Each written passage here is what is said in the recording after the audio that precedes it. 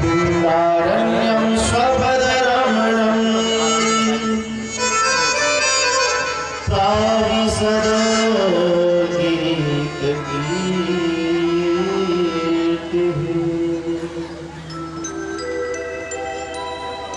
वंशे विभूषितकरार्णवनीरदाभा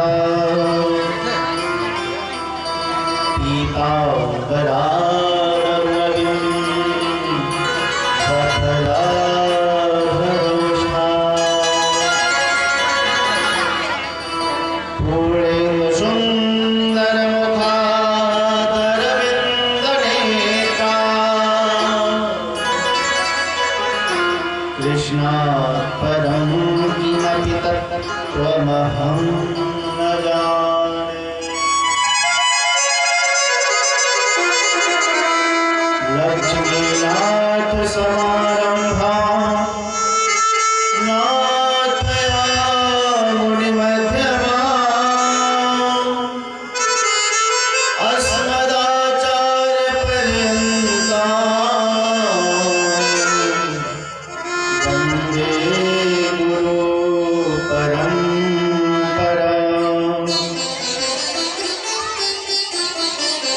संयोर्भवंसरत्नविभवम् श्रीसम्प्रदायस्थितम्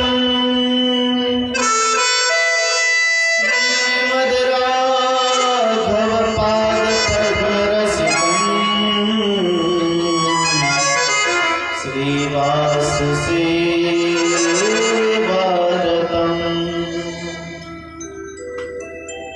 वेदान्तद्वयरक्षणीकृतधियम् कारुण्यकल्पार्वम्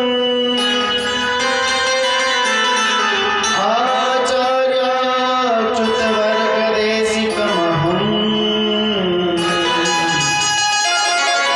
भक्त्या सदा संश्रये।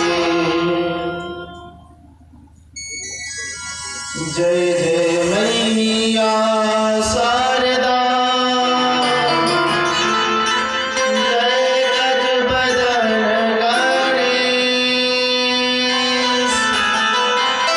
जय जय सुरमालक्ष्मी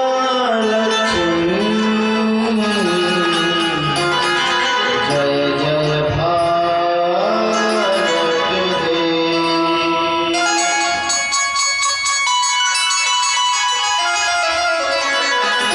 नारायणं नमस्कृत्यं नरं चैव नरोत्तमं देवीं सरस्वतीं व्यासं ततो जयमुदीरये। जय जय श्री राधारमण जय जय नवल किशोर जय गोपी चितचोर प्रभु जय जय माखन चोर जय जय माखन चोर। भोलेनाथ हरे लाल की जय। अयोध्या धाम की जय हो। सरयू मैया की जय हो। हनुमानी महाराज की जय हो। नारदाम बालाजी सरकार की जय हो। श्री वृंदावन बिहारी लाल की जय हो। जय जय श्री राधे जय जय श्री सीताराम। आइए सब मन और वाणी को पवित्र करने के लिए भगवान के मंगलमय नामों का गायन करेंगे। तत्पश्चात भगवान के मथुरा में लीला में प्रवेश करेंगे। जो नाम संकीर्तनम यस्य सत्प्रथम संकीर्तन का नाम है, और उसके बाद में भगवान चरित्रों का गायन किया जाएगा। रे मन कृष्ण नाम कहरी जय, रे मन कृष्ण नाम कहरी जय, रे मन कृष्ण नाम कहरी जय, मन कृष्ण नाम कहरी जय।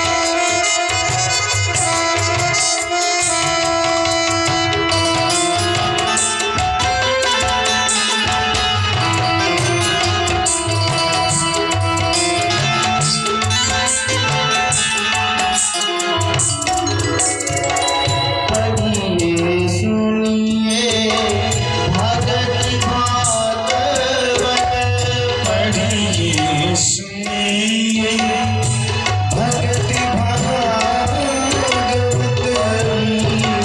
सुनिए भगत भागवत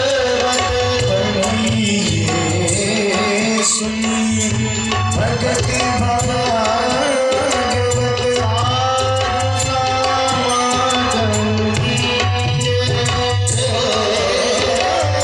साधु समागम कीजिए कृष्ण नाम रस बहवगात है कृष्ण रस बहवगात है कृष्ण नाम रस बहवगात है कृष्ण रस बहवगात है हुए पीछे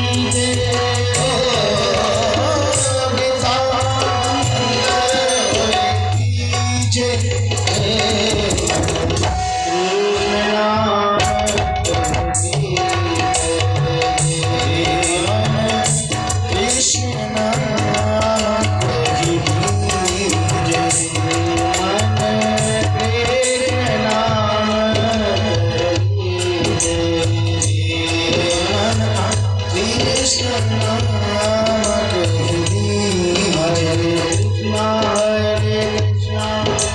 हरे हरे हरे राम राम राम हरे हरे कृष्णा कृष्ण कृष्ण हरे हरे हरे राम राम राम हरे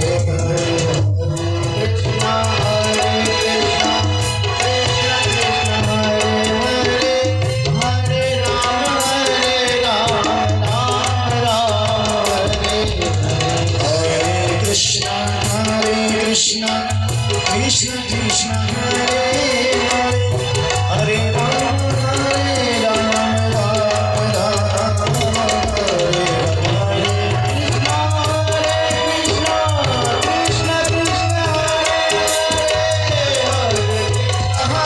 कृष्ण कृष्ण कृष्ण हरे हरे हरे राम राम राम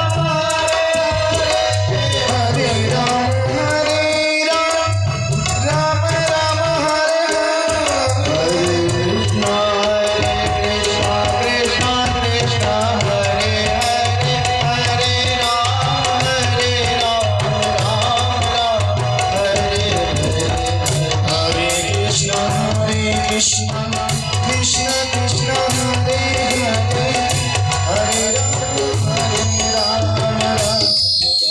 राम हरे हरे हरे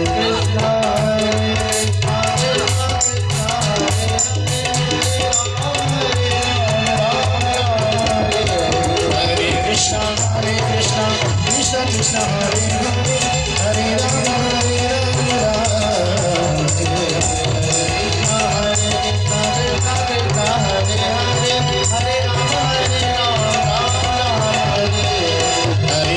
हरे कृष्ण कृष्ण कृष्ण हरे हरे हरे राम हरे कृष्ण कृष्ण कृष्ण हरे हरे हरे राम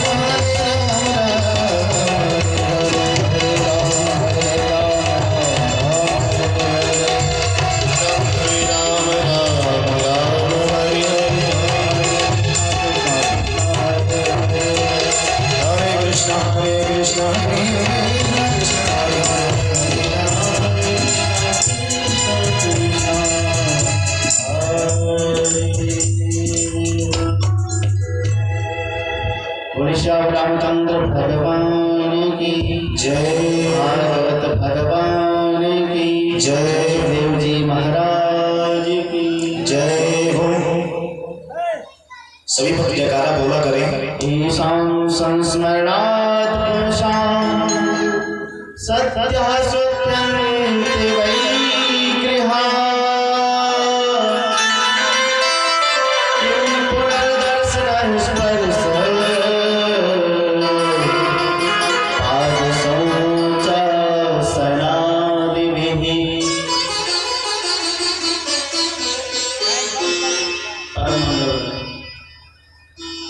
श्रीमद् भागवत महापुराण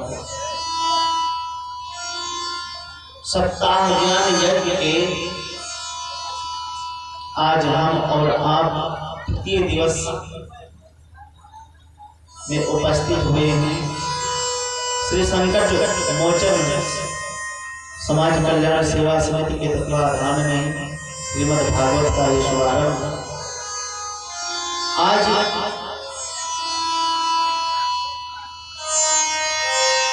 परम सौभाग्य की बात है और परीक्षित जी महाराज को 7 दिन में मरने का श्राप लगा।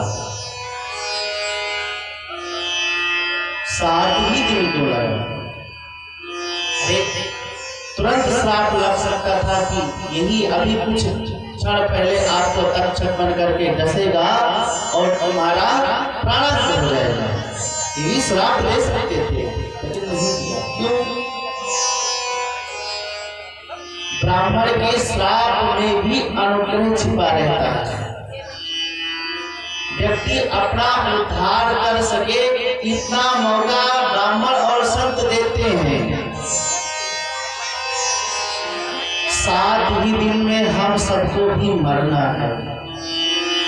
हम लोगों के जीवन में भी 7 दिन ही शेष है। 7 दिन से 8वां दिन नहीं है। इन्हीं 7 दिन में हम लोग जन्म लेते हैं। 7 ही दिन में हम लोग मृत्यु के ग्रास में चले जाते हैं। रवि सोम मंगल बुध गुरु शुक्र और शनि, ये 7 दिन ही हम लोगों के जीवन में जन्म और मरण का कारण है। इसलिए 7 दिन में मरने का श्राप दिया। महाराज परीक्षित अपना राजपाट सब छोड़ कर और गंगा के तट हरिद्वार में आकर के विद्यमान हुए।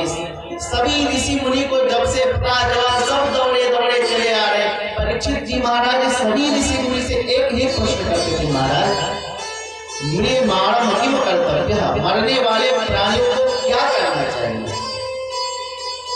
व्यास नंदन श्री सुखदेव जी महाराज प्रकट हुए।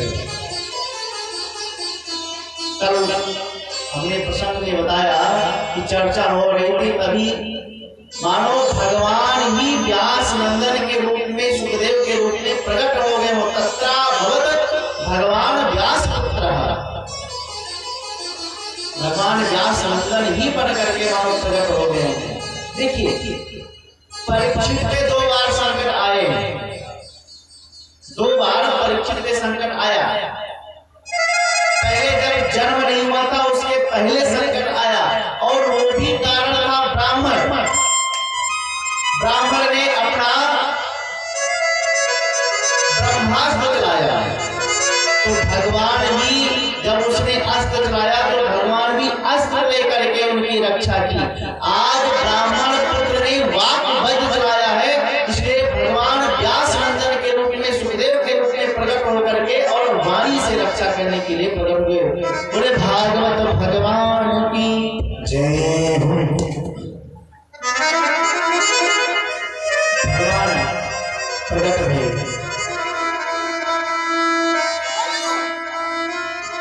सुखदेव जी महाराज इतने परमहंस सन्यासी हैं कि जिस गली से निकलते हैं सब ताली मार करके हंसते हैं और पीछे पीछे लग जाते हैं, नंगा बाबा आ गया, नंगा बाबा आ गया। परंतु सुखदेव जी महाराज को कोई फर्क नहीं पड़ता। त्वं अष्ट षोडश कुमारः, 16 वर्ष की आयु इनकी है, परंतु दिखने में कैसे लगते हैं? तब 2 अष्ट, मतलब 8 वर्ष की भांति लग रहे जैसे 8 वर्ष का कोई बालक हो। तब 2 अष्ट षोडश कुमारः, 8 दूनी 16 वर्ष के हैं, परंतु देखने में कैसे लगते हैं? जैसे 8 वर्ष के। प्रलम्बं बाहुं, विशाल भुजाएं हैं, केश घुंघराले हैं, सर पे इनकी जीवन में कोई ग्रंथि नहीं है, एक जनेऊ का भी ग्रंथि नहीं है। हम लोगों के हृदय में तो बहुत ज्यादा ग्रंथि है, एक से एक ग्रंथि है। खाने को मिल जाए और कुछ बचा करके घरे भी लेकर के चले जाएं, बाल बच्चे को के लिए भी हो जाए, कुछ कमा ले, कुछ अपने पास में रखें, कुछ बैंक बैलेंस कर ले, ये ग्रंथि है। परंतु सुखदेव जी महाराज को कोई ग्रंथि नहीं, निर्ग्रंथाप्युत्क्रमे।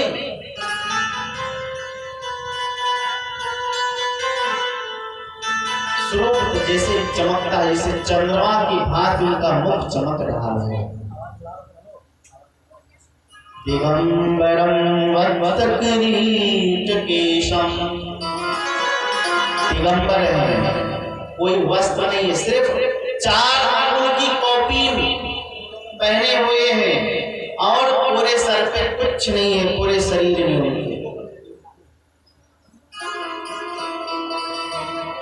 बच्चे सब और स्त्रियां सब ताली बजा करके नंगा बाबा आ गया, नंगा बाबा आ गया करते जा रहे हैं। सुखदेव जी महाराज चले जा रहे हैं और आकर के जब परीक्षित ने प्रणाम किया और ये प्रणाम करते हुए बच्चों ने देखा, स्त्रियों ने देखा, तो सब कहे राम राम, जिसको हम पागल बाबा कह करके घूम रहे थे, ये तो कोई सिद्ध बाबा निकल पड़ा। अब यहाँ से जल्दी से भगो, नहीं तो सम्राट परीक्षित की दृष्टि पड़ जाएगी, तो लेने के देने पड़ जाएंगे, इसलिए जल्दी से भागो। तो स्त्री बालक सब पलायन कर गए।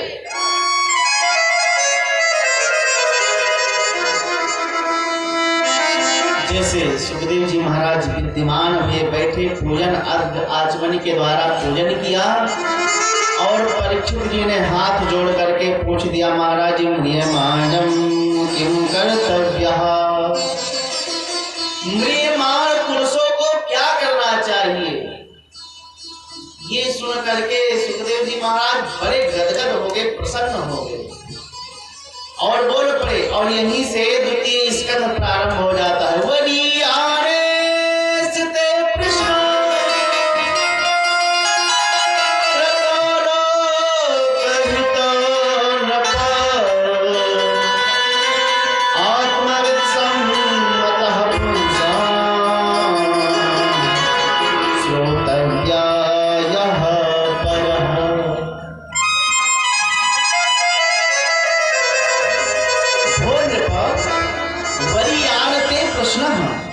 अरे राजन, आपने तो ये प्रश्न अपने लिए नहीं किया, कर तो लोग हृदय न पाओ। अरे राजन, आपने अपने लिए नहीं कहा, समस्त प्राणियों के लिए कहा। क्यों? क्योंकि इन्होंने कहा मैं मानव किम कर्तव्य, मरने वाले प्राणियों को क्या करना चाहिए। और मरने वाले परीक्षित अकेले थोड़ी ना है, हम हैं, आप हैं, सब लोग हैं। हाँ, ये व्यक्तिगत प्रश्न हो सकता था यदि परीक्षित कहते, महाराज मुझे 7वें दिन मरना है, कोई उपाय बताओ जिससे मेरा कल्याण हो जाए। परंतु सुखदेव जी महाराज कहते हैं, तो लोग रहतो न पर। और एक बात मैं और निवेदन करूं, जिसके भीतर जो भरा होगा वही उसके मुख से डकार के रूप में बाहर आएगा। यदि आप मूली खा करके आए होंगे तो बैग का डकार जो आएगा पहले ही बता देगा, सबको पता चल जाएगा कि आप मूली खा करके आए हैं। सुखदेव जी महाराज के भीतर ब्रह्मानंद भरा पड़ा है, तो इनके मुख से क्या निकला? प्रश्न, वकार शब्द निकला। वकार शब्द ब्रह्म का बीजाक्षर मंत्र है।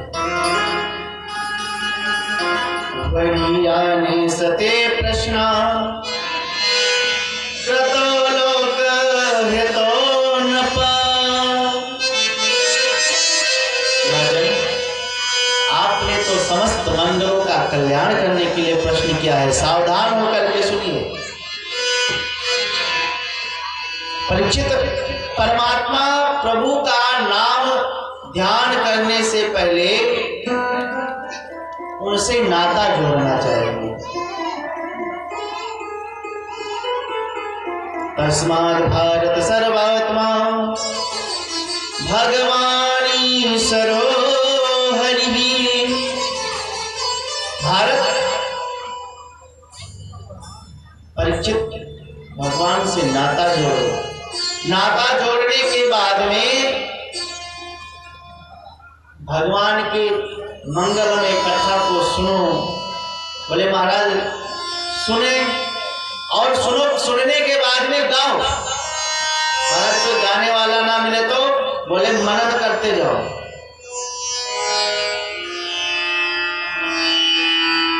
महाराज भागवत में श्रवण की चर्चा पहले आई है, सुनाने की चर्चा बाद में आई है। श्रोतव्यः कीर्तितव्यश्च स्मर्तव्यश्च क्षतव्यम्। उपाय एक ही है कि सबसे पहले खूब भगवान के नाम का गायन करो, श्रवण करो। और उससे श्रवण करने से क्या होगा?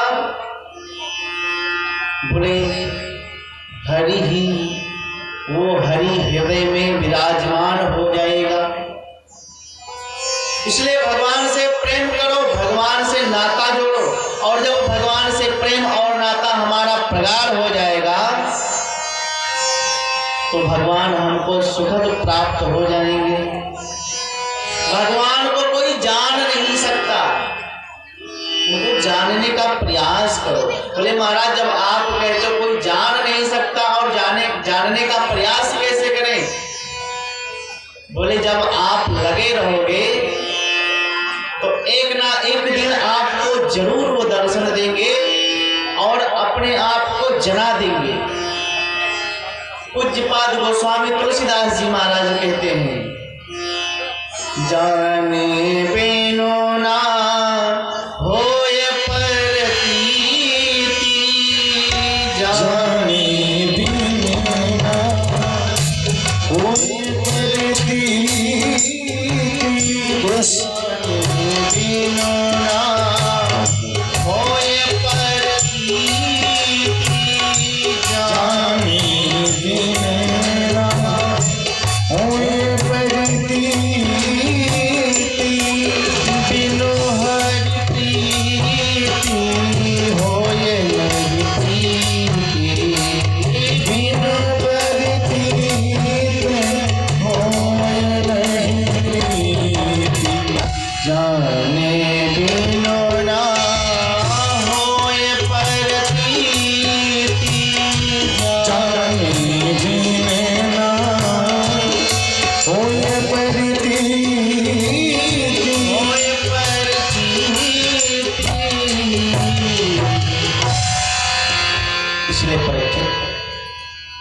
जानने पहले जानो, जाने बिनु होए प्रतीति। जब तक जानोगे नहीं तब तक उन पे प्रीति नहीं होगी। और कब होगी प्रीति? बिनु हरि कृपा। जब तक उनकी कृपा नहीं होगी तब तक आप प्रीति कर ही नहीं सकते। बिनु हरि कृपा होए नहीं प्रीति। और यदि भगवान ने कृपा कर दी स्वयं भक्ति हृदय में जागृत हो जाएगी। इसलिए श्रोतव्यः, सबसे पहले उनकी कथा को सुनो। नवधा भक्ति में भी प्रथम में यही कहा, श्रवणम कीर्तनम स्मरणम। पहले भगवान के कीर्तन को सुनो। श्रवणम कीर्तनम विष्णु स्मरणम पाद सेवनम। मानस में प्रथम भगति संतन कर संगा, दूसरी रति मम कथा प्रसंगा। तो संतों के बीच में बैठोगे तो संत आत्मकथा नहीं सुनाते हैं, वो परमात्मा की कथा को सुनाते हैं। जो आत्मकथा सुनाने लग जाए समझ लो कि आपका कल्याण कभी होने वाला नहीं है। इसीलिए वक्ता लोग, विद्वान लोग क्या करते हैं, कथा सुनाने जब आते हैं तो कथा सुनाते हैं, व्यथा नहीं सुनाते, जिससे आपका कल्याण हो। अरे हंसी के लिए चुटकुला सुना दे आपके लिए तो आपको आनंद आएगा, आपका कल्याण नहीं होगा। यदि वैद्य आपके मुताबिक दवा देने लगेगा आपके कथन अनुसार, तो आपका कभी इलाज सही से हो ही नहीं सकता, बीमारी जाएगी ही नहीं। इसलिए डॉक्टर जो दवा दें उनके मुताबिक दवा को आप पाओगे, खाओगे, तो आपका जड़ से बीमारी दूर हो जाएगी। इसलिए कथा को श्रवण करना चाहिए, कथा को इस प्रकार से सुनना चाहिए जिससे हृदय में आनंद भर जाए। मजा आने के लिए कथा नहीं सुननी चाहिए, कथा आनंद के लिए सुननी चाहिए। मजा तो उसमें आता है जो गांव में होता है, जब शादी विवाह होता है तब। बोलो राधे राधे। श्रोतव्यः, सुनो कथा भगवान की।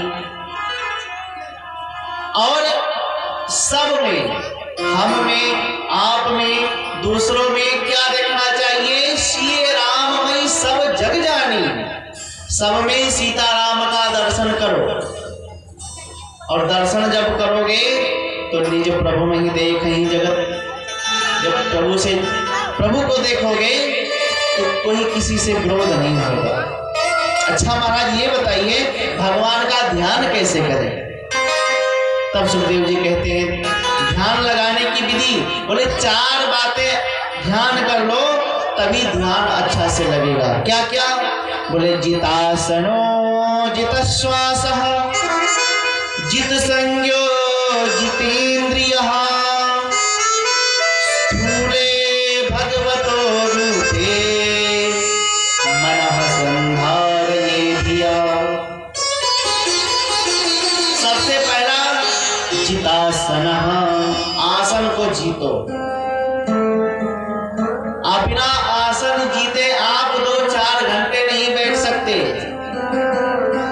तो सबसे पहले जितासनः, आसन को जीतो। सिद्धि ध्यान लगाने का प्रकरण क्या है? सबसे पहले आसन जीता जाए, फिर श्वास पे नियंत्रण किया जाए, फिर मन को एकाग्रचित किया जाए, तब ध्यान लगेगा। महाराज ऐसे नहीं कि हम बैठ गए और माला जपने लगे, सीताराम सीताराम कहने लगे, मन कहाँ है? अभी दुकान खोलेंगे और वहां पर इतना इतना कार्य है, बहुत सारे कार्य पड़े हैं। तो माला आप यहाँ जप रहे हो और मन आपका कहाँ है?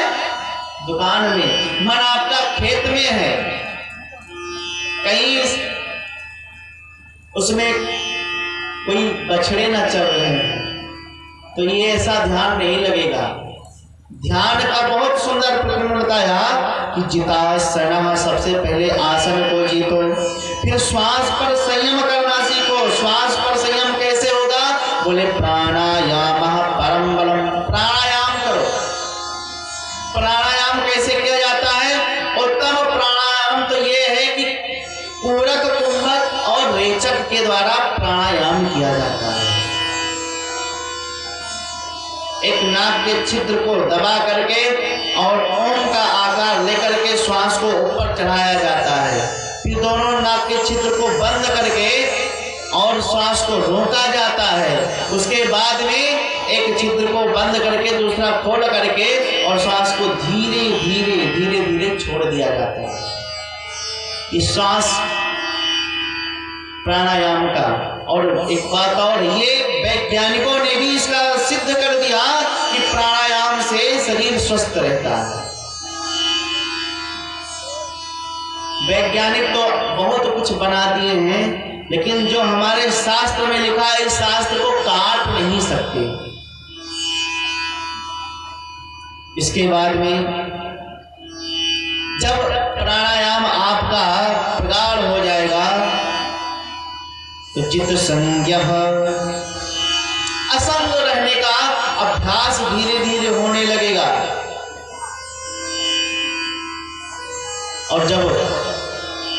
सत्संग रहने का ध्यान बनेगा तो जित श्वास जितासन, जित श्वास और जित संज्ञ, आसन को जीत लिए और श्वास को भी, और उसके बाद में संग करना छोड़ दिए तो आपका शुद्ध ध्यान लगने पर स्थूले भगवतो रूपे मनः संधान ये दिया।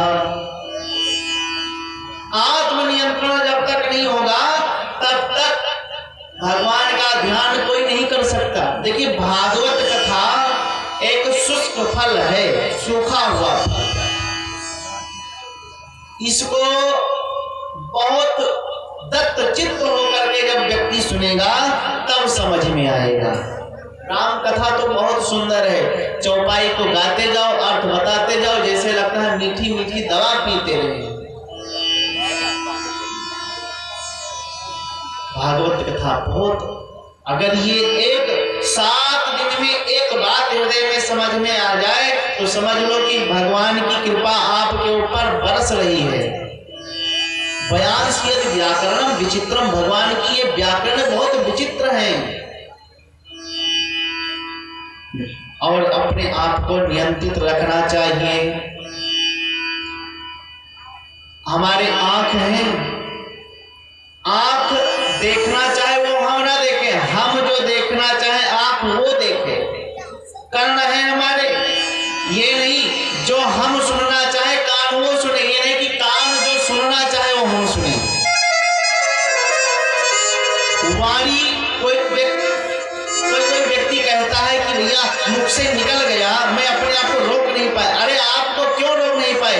जब वाणी आपके कब्जे में नहीं है तो आप कैसे रोक सकते हैं? इसलिए हम जो बोलना चाहे ये जिह्वा वो बोले, ये नहीं जो जिह्वा बोलना चाहे एक दूसरे को गाली देना है दे दिए, नहीं। अरे किसी को गाली देना है, क्रोध आ जाए तो उससे भी क्रोध में भी भगवान का नाम कह दो, क्योंकि भाय उभाय अनक आलसहु, किसी भी प्रकार से जग करके, जैसे सो रहे हो जगो और राम राम कह करके पुकारो। महाराज बहुत सरल है, सुनने में बहुत कठिन है। कि देखना इंद्रियों के न घोड़े भगे, इनमें हरदम ये संयम के कोड़े लगे। अपने रथ को सुमार्ग लगाते चलो, कृष्ण गोविंद गोपाल गाते चलो। इसलिए इनको अपने बस में कर लो, और जब ये ध्यान में आ जाएगा तो जितासनो जित श्वास जित संज्ञो जितेन्द्रियः, इन 4 बातों का अभ्यास जब हो जाएगा तब बढ़िया ध्यान लगाओगे। उसके बाद में भगवान के स्थूल और सूक्ष्म, बाहर और भीतर में परमात्मा का दर्शन होने लगेगा। सूक्ष्म बाद में पहले स्थूल देखो, जो हमारी हरियाली खेतों में आप देखते हैं, ये हरियाली जब मन को मोह जाए समझ लो भगवान की मुस्कान है। ये गंगा यमुना त्रिवेणी सुरसरिता, ये सुंदर सुंदर जो आपके मन को आकर्षित करती हैं, ये भगवान की नारियां हैं। मुस्कान में भगवान की हरियाली खेती है, इसको देखो। कोई आप खेत में पहुंचते हैं, सरसों का फूल खिला हुआ देखते हैं, मन प्रसन्न हो जाता है, समझ लो भगवान मुस्कुरा रहे हैं। यही भगवान की मुस्कान है।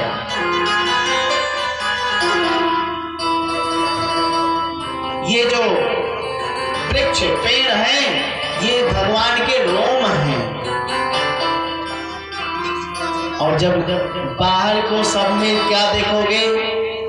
सिया राम मैं सब जग जानी, सिया राम सब जग जानी, प्रणाम जोर जुग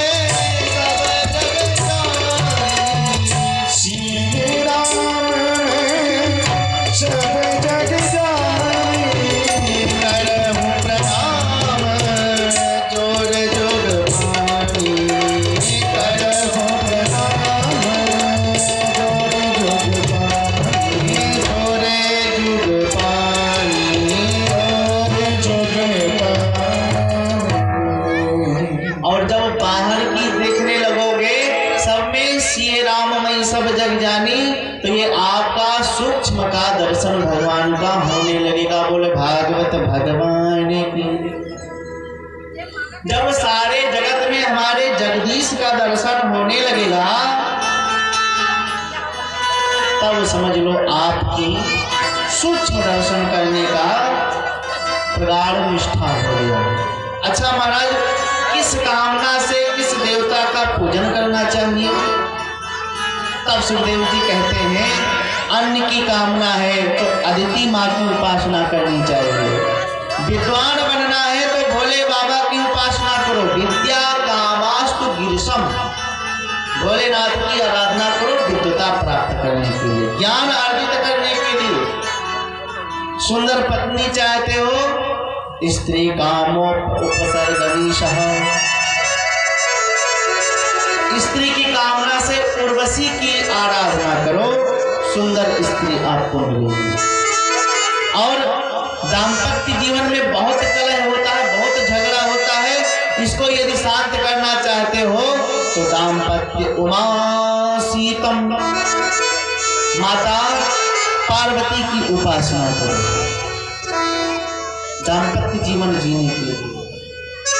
और कोई उच्च पद की प्राप्ति करना है, राजा बनना है, नेता बनना है, राजा कामो मनु देवान, मनु की उपासना करने से बड़ा पद मिलता है, नेता व्यक्ति बनते हैं। और अपने आप को सुंदर रूप चाहते हो तो गंधर्व की उपासना करो। रूपाभिकामो गंधर्वान, गंधर्व की उपासना से व्यक्ति कामदेव की तरह दत्त चित्त सुंदर हो जाता है।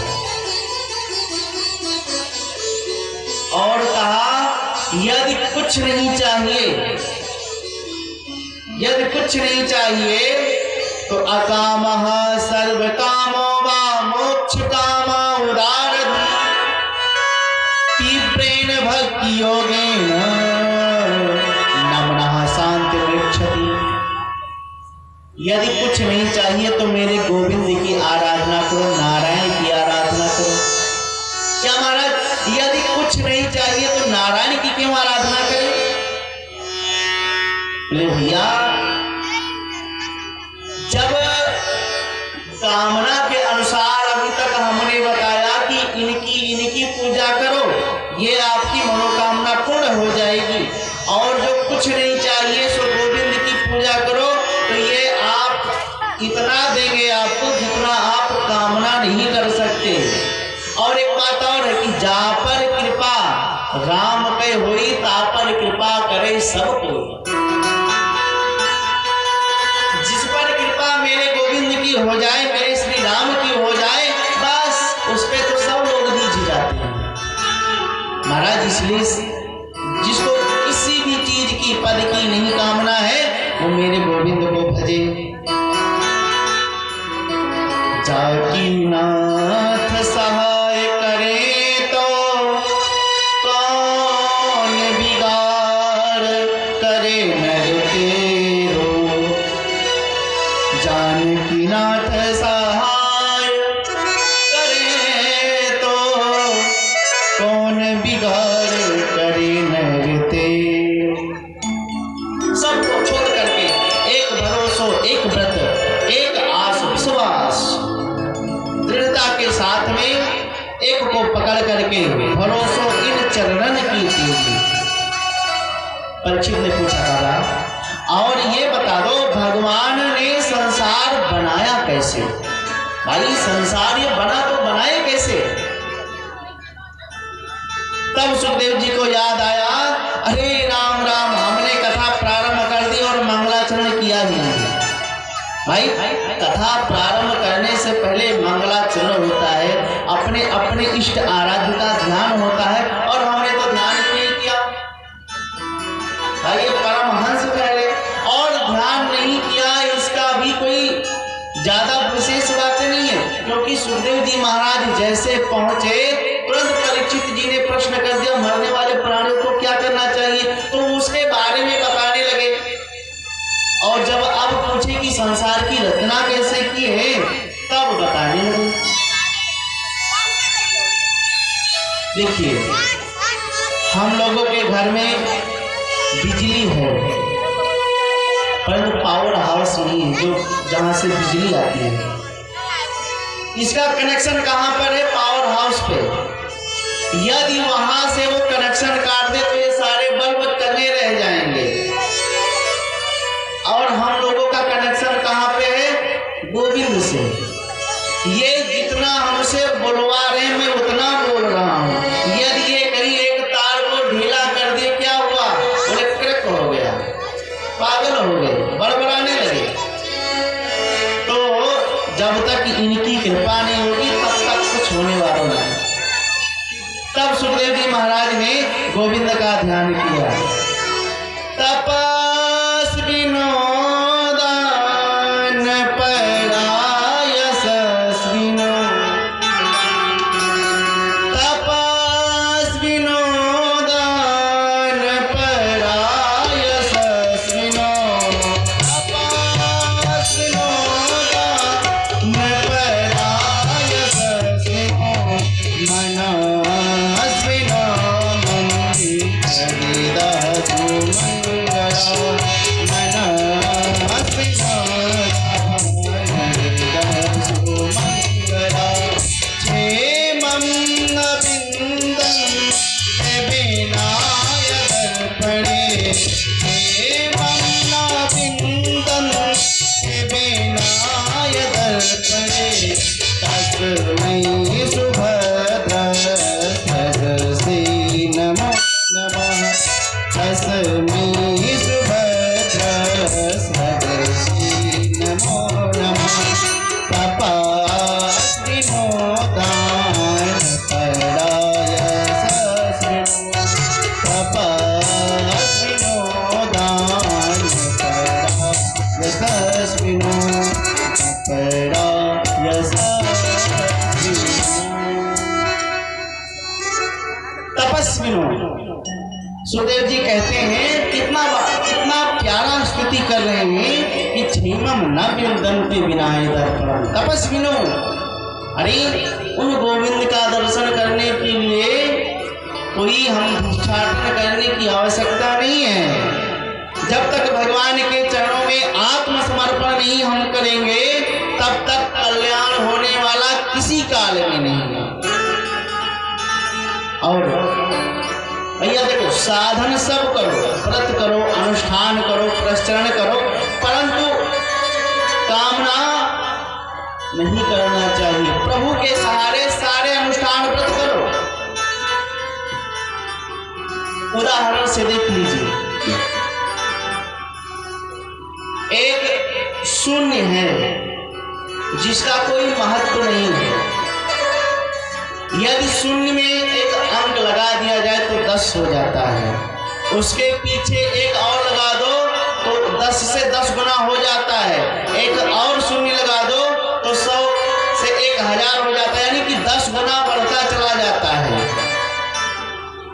और शून्यों में अभिमान हो गया। क्या बोले? हमारे बदौलत तुम इतने बड़े होते चले गए। एक शून्य दूसरे शून्य से कहता है और आपस में सब झगड़ बैठे। जब आपस में सब झगड़ने लगे तो जो एक आदि का अंक था उसने कहा, रे राम राम, ये आपस में झगड़ रहे तो अब यहाँ से हमको चलना चाहिए। और जैसे आगे से अंक हटा, सोई शून्य का शून्य हो गया, ना कोई 10 गुना ना कोई 100 गुना, सब 0 के 0 रह गए। तो क्या कि राम नाम को अंक है, सब साधन है शून्य, अंक गए कछु हाथ ना, अंक रहे 10 गुण। तो भैया, जब कामना हम करेंगे तो कामना से कुछ मिलने वाला नहीं है। तपस्विनो दान पराय यशस्विनो, मनस्विनो मंत्र विदः सुमंगला, क्यों? क्षेमं न विन्दन्ति विनाय दर्पणम। यदि हम शून्य बने हैं तो अभिमान ना करें और भगवान के चरणों में, अंक के चरणों में हम लगे रहेंगे तो हमारी महत्वता बढ़ती चली जाएगी।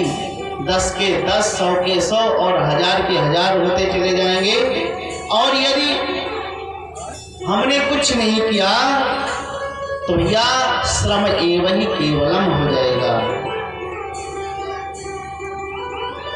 भगवान सब कुछ देते हैं कि भर तेरे मेरे श्याम झोली भर दे ना पहला हो बातों में। भर तेरे मेरे श्याम झोली भर दे ना पहला हो बातों में, ना पहला भर दे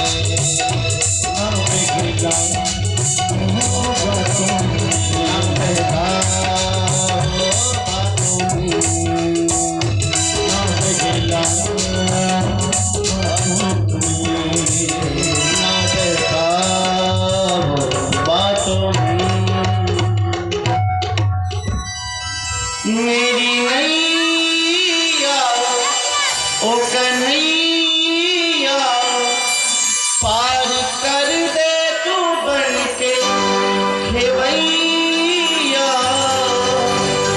पार कर दे तू बन के खेवैया।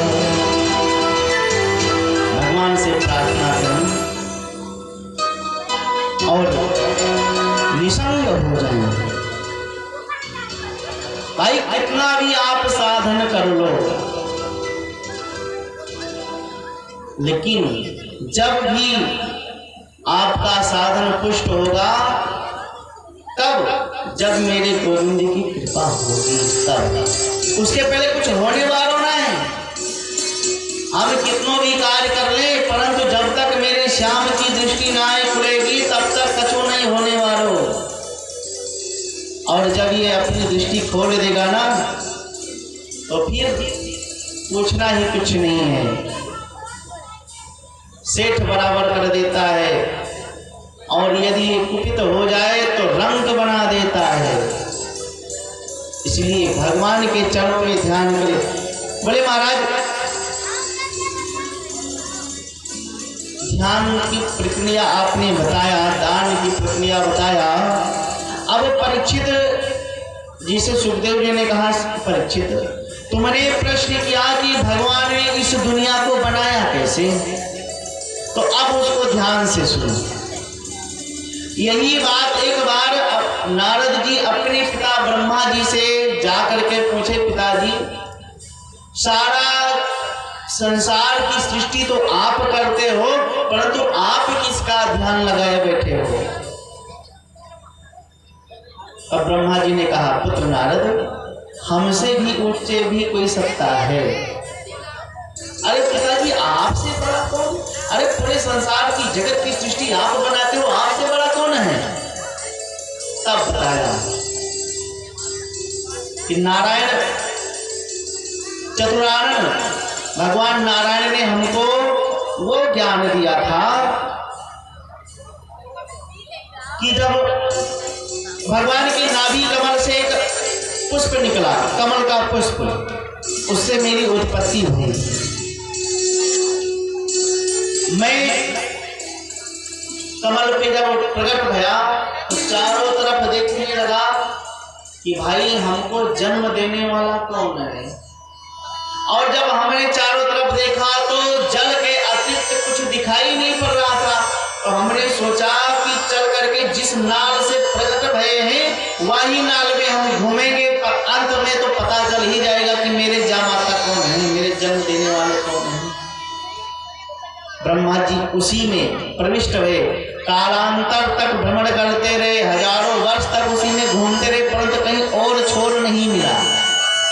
और जब अंत नहीं मिला तो पुनः ब्रह्मा जी ऊपर आ गए।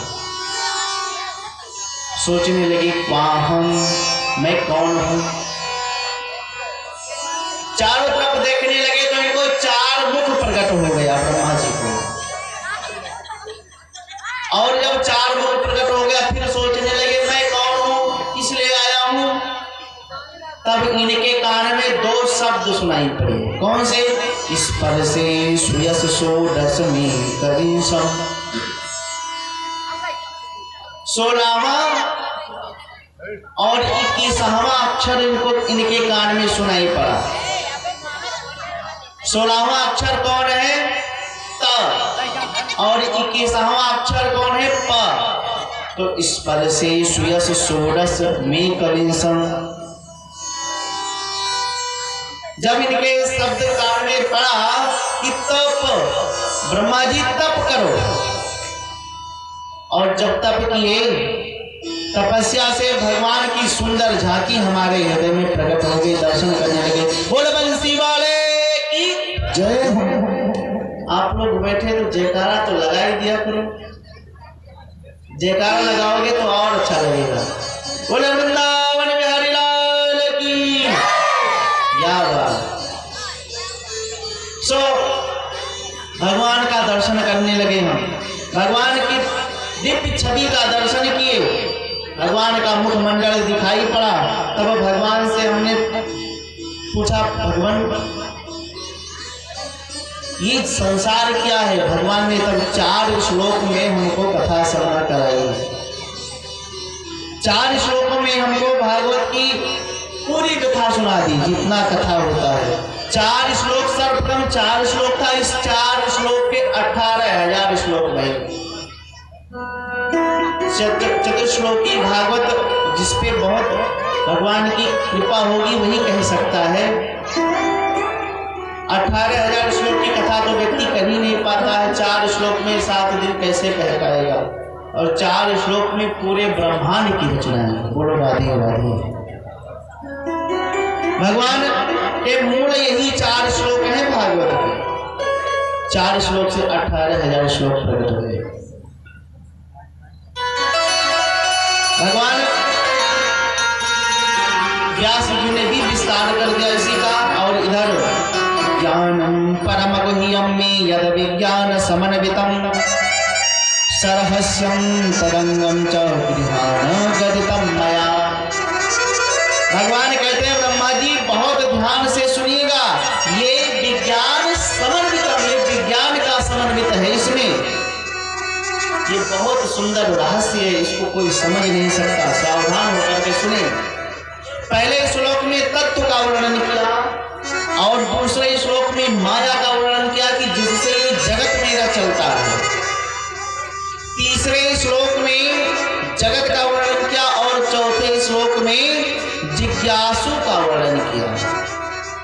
अहमेवा समेवाग्रे नानयति सत्परम पश्चात् यते तच्चहं यो वसिष्येत वसेस्म्यहम् हितेर्थम यत प्रतीयेत न प्रतीयेत चात्मनि तद विद्यायातु मायाम यथा भासो यथा तमः।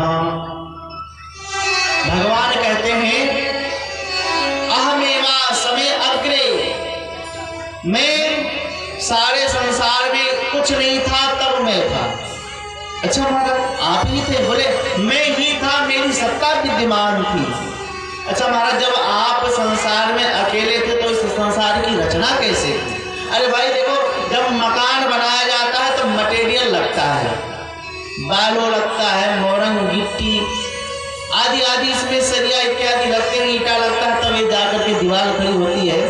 तो आपने संसार को बनाया तो क्या था? बोले संसार को बनाया भी मैंने और बना भी मैंने। कोई प्रमाण है? बोले हाँ। देखिए मकड़ी जो होती है ये स्वयं जाला को बनाती है और प्रकट भी करती है, पूर्ण नाभि है मकड़ी की। दूसरा उदाहरण ये है मोर का पंख, स्वयं उत्पन्न करता है, उसमें कितनी सुंदर से भगवान की छवि दिखाई पड़ती है। थोड़ी बातें अटपटी सी हैं परंतु सुनने में और समझने में इतना अच्छा लगता है जैसे मीठी दवा होती है। जैसे भगवान ने कहा सोना है अपने आप को आभूषण नहीं बन सकता। सोना अपादान कारण है और जो सोनार जो होता है वो निमित्तोपादान कारण होता है। तब ये जाकर के हीरा जवाहरात हार बनते हैं। जब सोना को खूब अच्छे से जवाहरात उसको बनाता है पीट पीट करके, तब तो सोना जो है ये एक आभूषण का कार्य थोड़ी ना कर पाएगा अपने आप। भगवान कहते हैं कि हमने इस संसार की रचना की, संसार को बनाया और संसार को स्वयं अपने आप में बन करके प्रकट भी कर दिया। बोले भागवत भगवान की जय। तो ब्रह्मा जी सबसे पहले सृष्टि के शुभारंभ में ध्यान लगा करके 4 ऋषि को प्रकट किए। कौन कौन से? सनक, सनंदन, सनातन और सनक ये 4 ऋषि को प्रकट किए। बोले जाओ सृष्टि का शुभारंभ करो। चारों ने मना कर दिया, नहीं महाराज मैं गृहस्थ बनना नहीं चाहता। क्या करोगे? मैं हरि का कीर्तन करूंगा, हरि का भजन करूंगा। ब्रह्मा जी को क्रोध आ गया कि मेरे 4 पुत्र प्रथम पुत्र है और ये पहले ही हमारी बात को मान कर नहीं माने और टाल दिए।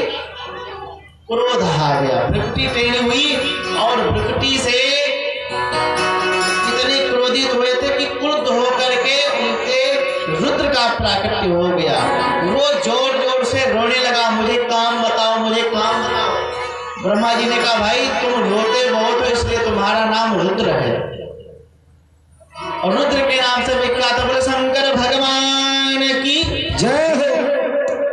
शंकर से कहा भाई तुम भी हमारे सृष्टि में कुछ हाथ बटाओ। ठीक है जो आज्ञा।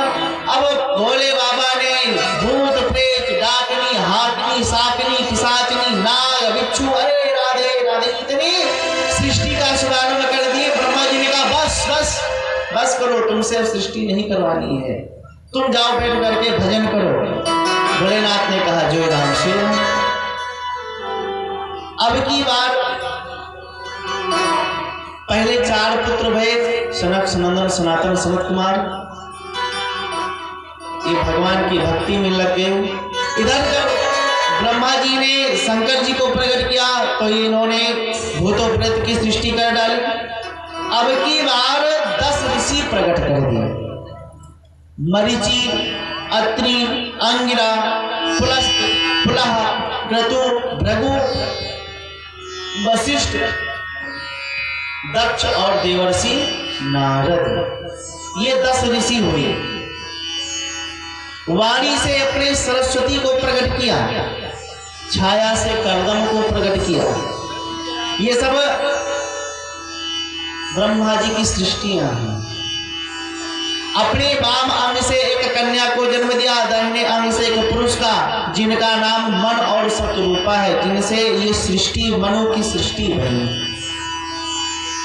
मनु महाराज के 5 संतानें हुई, 3 बेटी और 2 बेटा। बेटियों के नाम है आकृति, देवहूति और प्रसूति। बेटाओं के नाम है प्रियव्रत और उत्तानपाद।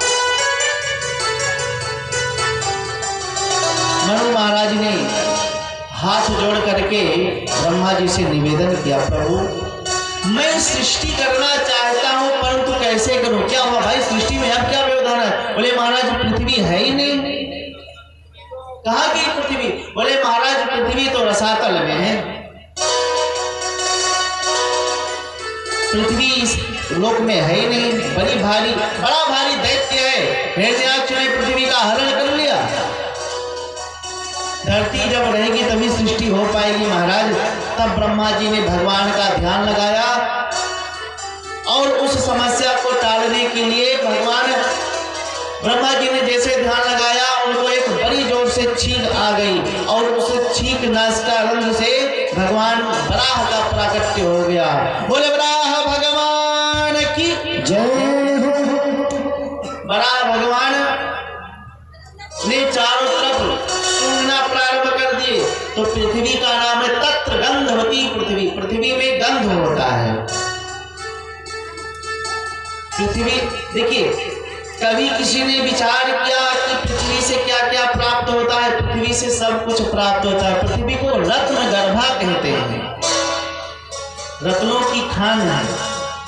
देखिए ठंडी में कितने गर्म गर्म पानी निकलता है, गर्मी में देखिए विपरीत पुनः कितना ठंड पानी निकलता है। कभी किसी ने विचार किया पृथ्वी में गुरुत्वाकर्षण शक्ति है, हम लोग चलते हैं तो पृथ्वी अपने तरफ खींचे रहती है, गिरने नहीं देती है। किसी ढेला को ऊपर फेंको, जितना आकर्षण होगा ऊपर जाएगी, तुरंत पृथ्वी इसको खींच करके नीचे गिरा देगी। तभी तो हनुमान जी ने रावण की अमर सेना को कहां भेजा था? गुरुत्वाकर्षण शक्ति बल से ऊपर सीमा के पार भेजा था। एक बार रावण तो हनुमान जी की पूंछ से बहुत डरता था। क्यों? हनुमान जी के पूंछ में सब तेल लगा करके कपड़ा बांध करके जला दिए। अब भाई बंदर का पूंछ जले तो बंदर खड़ो है क्या थोड़ा ना देखे। अच्छा, अब हनुमान जी ने पूंछ लपेटी और दौड़ने लगे, चारों तरफ मंदिर मंदिर पे कूदने लगे, और जिस पे कूदते अपनी पूंछ को रखते हैं सो धू धू करके जलने लगता है। पूरी लंका जल करके खाक रह गई। हनुमान जी महाराज पूंछ बुझा लिए। जब युद्ध प्रारंभ भया, हनुमान जी की पूंछ याद है रावण को। जब ये देखो पूंछ याद आ जाते, रावण लड़ने के लिए गया। एक ने कहा महाराज पूंछ वाला आगे खड़ा है, बोले ऐसा करो कि पूंछ वाला के सामने होकर के नहीं गुजरो, उसके पीछे से होकर के गुजरो। बोले महाराज पूंछ, अरे उसकी पूंछ पीछे ही तो है। प्रथम दिन युद्ध समाप्त हुआ, दूसरे दिन उसके 4 पुत्र और आए। बोले पिताजी हमको भेजो, मैं युद्ध करने जाता हूँ।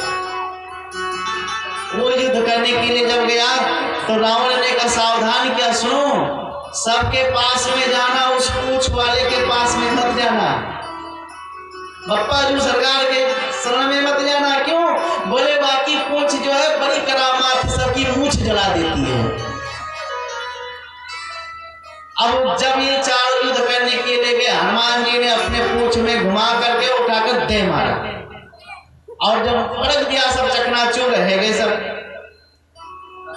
अब हनुमान जी की पूंछ से रावण को भय हो गया कि जब तक पूंछ वाला नहीं मरेगा तब तक हमारी विजय नहीं होगी। तब 4 उसके रावण के पास में अमर सैनिक भी थे जो कभी मरने वाले नहीं थे। अमर सैनिक दौड़े दौड़े आए, बोले अरे सरकार आप क्यों चिंता करते हो, हम तो अमर हैं, हमको आज्ञा दो, मैं अभी उस पूंछ वाले को मार देता हूँ। बोले सुनो जाना तो, लेकिन तो पूंछ से बच करके। बोले महाराज हम अमर हैं, कैसे हम मर जाएंगे। जैसे गए, अब हनुमान जी उसके पास में सुग्रीव जी आकर के बोले आज तो भया सब सीताराम। क्या हुआ? बोले अमर सेना आ रही है, ये तो मरने वाले नहीं है, अब बताओ क्या होगा। हनुमान जी ने कहा अच्छा ठीक है आने दो। अब वो अमर सेना सब आए, हनुमान जी से युद्ध करने लगी। हनुमान जी जैसे समय पाए, और वो अमर सेना एक ही दृष्टि रखती है कि उसकी पूंछ को काट दे, सारा काम बन जाए। और हनुमान जी ने पूंछ को इतना बढ़ाया और सारी अमर सेना को पूंछ में लपेट लिया।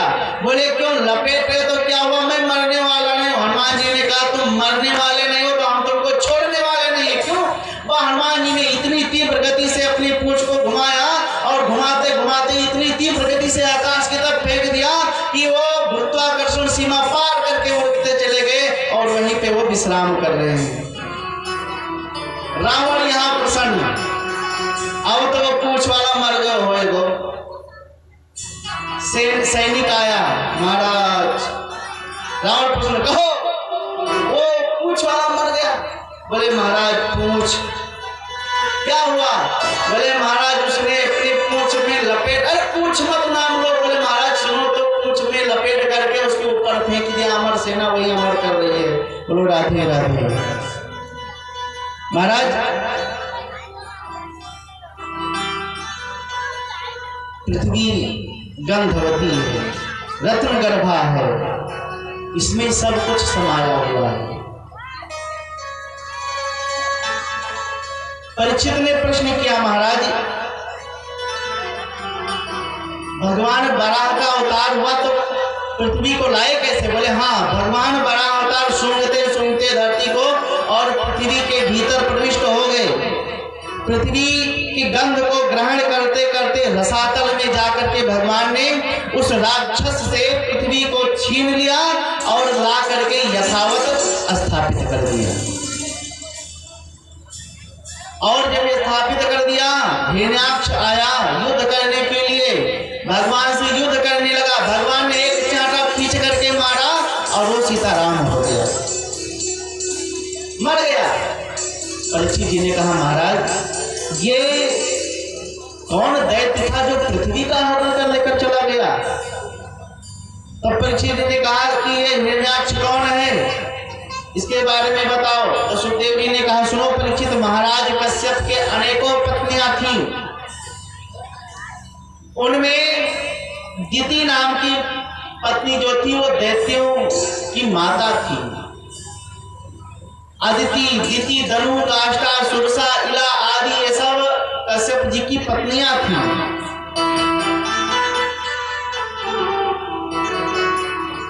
एक दिन दिति ने कश्यप जी से रति याचना की। कश्यप जी महाराज संध्या वंदन कर रहे थे। जब याचना की तो कश्यप जी ने कहा, ऐसे देवी तमो बेला, अरे ये कोई विहार करने का समय नहीं है। इस समय में भगवान अपने रुद्र के साथ में भ्रमण करते हैं। सायंकाल में देखो, 4 काम सायंकाल में नहीं करना चाहिए। आहार, निद्रा, भय मैथुनम, भोजन। सायंकाल के बेला में भोजन नहीं करना चाहिए जब तक सूर्यास्त ना हो जाए। गोधरा का समय में भोजन नहीं करना चाहिए। विहार नहीं करना चाहिए गोधरे के समय में। निद्रा नहीं करनी चाहिए। और सबसे खास बात विद्यार्थियों के लिए है कि सायंकाल में गोधरे के समय में पढ़ना लिखना नहीं चाहिए। क्यों महाराज? बोले पढ़ना लिखना कितना भी पढ़ोगे याद ही नहीं होगा, और विद्यार्थियों को तो याद करना रहता है। इसलिए सायंकाल के बेला में गोधले के समय में नहीं पढ़ना चाहिए। ये 4 काम निषिद्ध है। तो कश्यप जी ने अपनी पत्नी दिति को समझाया। जब वो नहीं मानी तो भगवान की इच्छा मान करके उनका काम ज्वर समाप्त किया। और जब काम ज्वर समाप्त हुआ तो दिति को बहुत पश्चाताप हुआ। परिणाम स्वरूप 100 वर्ष तक अपने बच्चों को जन्म ही नहीं दिया। और जब जन्म नहीं दिया तो दिति के गर्भ से एक तेज पुंज निकल करके स्वर्ग लोक को भी दग्ध करने लगा। सभी देवी देवता के श्वास की गति रुक गई। महाराज ये क्या हुआ? भगवान ने कहा, घबराओ मत। आकर के दिति को समझाया तो 100 वर्ष के बाद भी बालक का जन्म हुआ। और देखते देखते 2 बच्चों का जन्म हुआ। वो पर्वताकार शरीर होता चला गया। वही हिरण्याक्ष और हिरण्यकश्यप के नाम से विख्यात गया। एक बार हिरण्याक्ष ने स्वर्ग पे हमला बोल दिया। सभी देवताओं को परास्त करके स्वर्ग पे आधिपत्य स्थापित कर लिया। अब संसार में इससे कोई टक्कर लेने वाला है नहीं। पहुंच गया वरुण जी के पास में। हे महाराज बाहर निकलो, आओ चलो 2-2 हाथ किया जाए। वरुण जी ने कहा, भैया तुम्हारे जैसे थे तो हमारे हाथ में भी कुचली मचती थी लड़ने के लिए। मैं वृद्ध हो गया हूं। वरुण का भी अपमान करके लौट आया। रास्ते में भेटा ये नारद जी महाराज। नारद जी को पकड़ लिया। ए बाबा सुनो सुनो, ये नारायण नारायण क्या करते फिर रहे हो? अरे कुछ लड़ना भिड़ना आता है? बोले भैया मुझे लड़ना भिड़ना नहीं आता, पर लड़ाना भिड़ाना बहुत आता है। अच्छा एक बात और, आजकल अगर कोई व्यक्ति चुगली करता हो, अगर वो पहुंच जाए तो कहते वो देखो नारद आ रहे हैं, ये सब में झगड़ा लड़ाते हैं। ये बहुत मूर्खता वाली बात है। अरे नारद कोई हो सकता है? नारद जिसको दर्शन दे दिए हैं वो भगवान से प्राप्त हो गया है। इसलिए नारद का नाम है नारदो देव दर्शनम। नारद जिसको दर्शन दे दे समझ लो उसको भगवान की प्राप्ति हो जाएगी। नारद जी ने कहा, मैं तुमको एक मंत्र बताया देता हूँ, इस मंत्र का ध्यान से सुन लो तो तुम लड़ने वाला तुम्हारे पास में आ जाएगा। क्या? बोले इस पृथ्वी का हरण करके लेकर के चले जाओ। पृथ्वी का हरण कर लेकर के गया। वराह भगवान उसको लेकर के आए, उसको समाप्त किए। बोले वराह भगवान की जय। तब जाकर के हिरण्याक्ष का वध हुआ और सृष्टि का विस्तार हुआ। सबसे पहले बेटियों के वंश को बतलाए। मनु महाराज की जो 3 बेटी थी, आकुति, देवहूति और प्रसूति। इन तीनों में से जो मध्यम पुत्री थी देवहूति, इनका चरित्र को सुनाया। देवहूति का विवाह करदम जी के साथ में हुआ। करदम जी ने एक शर्त पे विवाह किया। इस शर्त पर बोले प्रथम संतान होते ही मैं बाबा बन जाऊंगा। देवहूति ने कहा महाराज मुझे मंजूर है। विवाह भया, लेकर के अपने आश्रम में आए और जैसे आश्रम में आए लगाकर समाधि और महाराज बैठ गए। बोल वृंदावन बिहारी लाल की। जमा करते का काट को बेकार बड़ा है। बोल वृंदावन बिहारी लाल। ये वीडियो में काट के दूसरा चलो पहले